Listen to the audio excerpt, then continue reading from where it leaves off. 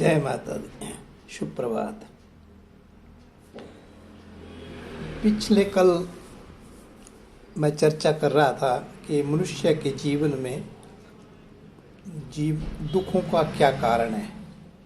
तो सबसे पहला बताया था मैंने प्रारब्ध। आज हम प्रारब्ध के बारे में थोड़ी सी बात करेंगे। प्रारब्ध का मतलब है हमारे पूर्व जन्मों के कर्मों का फल। प्रारब्ध के अंदर जो हमारे पूर्व जन्म के कर्म हैं वो संचित होते हैं और उन कर्मों का फल हम वर्तमान में भुगतते हैं। प्रश्न उठता है कि प्रारब्ध को किसने देखा, कैसे पता लगाएं प्रारब्ध, ये वाकया सही है या नहीं है, क्या पूर्व जन्मों का ही फल है या नहीं। तो हम इस संकेत से समझ सकते हैं। देखिए, मान लो एक आदमी के घर में दो बेटों का जन्म हुआ अलग अलग। एक बेटा तो बड़ा अच्छा पैदा हुआ, रिष्ट पुष्ट हुआ, और दूसरे बेटे का जन्म जो है वो अपाहिज के रूप में पैदा हुआ। क्यों ऐसा? दोनों ही बेटे अच्छे होने चाहिए थे, लेकिन उनके कर्मों का फल अलग अलग होने की वजह से प्रारब्ध के अंदर जो फल था वो वर्तमान में मिला उनको इसी प्रकार से। या यूं समझ लीजिए कि एक इंसान के दो बेटे हुए।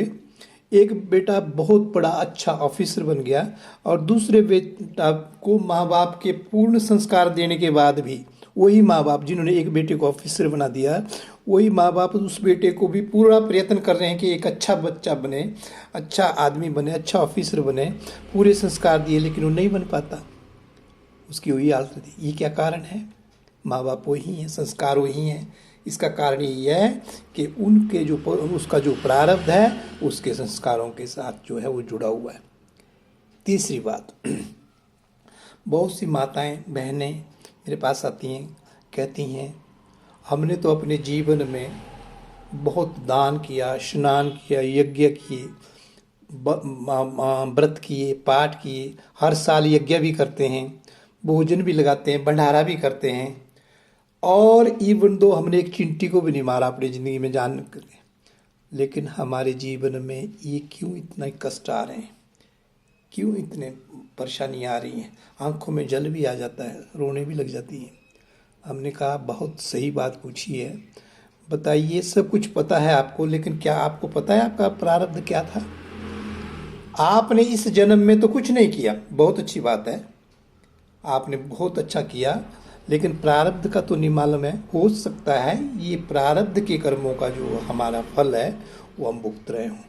तो क्या करना चाहिए इंसान को कि वर्तमान को सुधारना चाहिए, ताकि वो वर्तमान कल जो है आपका प्रारब्ध बन जाएगा, और उस जो भविष्य में जो आपका समय आने वाला है, अगर आज अच्छा कर्म करके चलते हैं भविष्य अच्छा हो जाएगा, और जब दोबारा जन्म होगा हमारा तो प्रारब्ध बन करके हमारे जीवन के अंदर सुख शांति होगी। कितना भी दुख हो, कितना भी कष्ट हो, कितनी भी समस्या हो, और कितना भी धन आपके पास आ जाए, लेकिन हमेशा आदमी को अपने कर्म को सुधारने का कार्य करना चाहिए। परमात्मा से प्रार्थना क्या करनी चाहिए आदमी को? परमात्मा इतना देना मुझे जाके कुटुंब समाए, मैं भी भूखा ना रहूं और साधु भी भूखा ना जाए। ऐसा बहुत कुछ मत दे देना जिससे मेरे को इतना अभिमान हो जाए कि मैं दुनिया को ही ना समझ पाऊं। जब इंसान के अंदर अभिमान हो जाता है तो फिर वो दुनिया को नहीं समझ पाता, और वही उसका सबसे बड़ा पतन का कारण होता है। तो परमात्मा से ही दुआ करनी चाहिए, मुझे उसी स्टेज में रखना। किस स्टेज में? कि मैं आपको जरूर याद करूं। जब भगवान को आदमी याद रखेगा तो वो कर्म में खराब भी नहीं करेगा। आदमी गलती कब करता है? जब भगवान उससे पीछे उठ जाता है। धन्यवाद। कल हम आपको बताएंगे दूसरी प्रकृति के बारे में।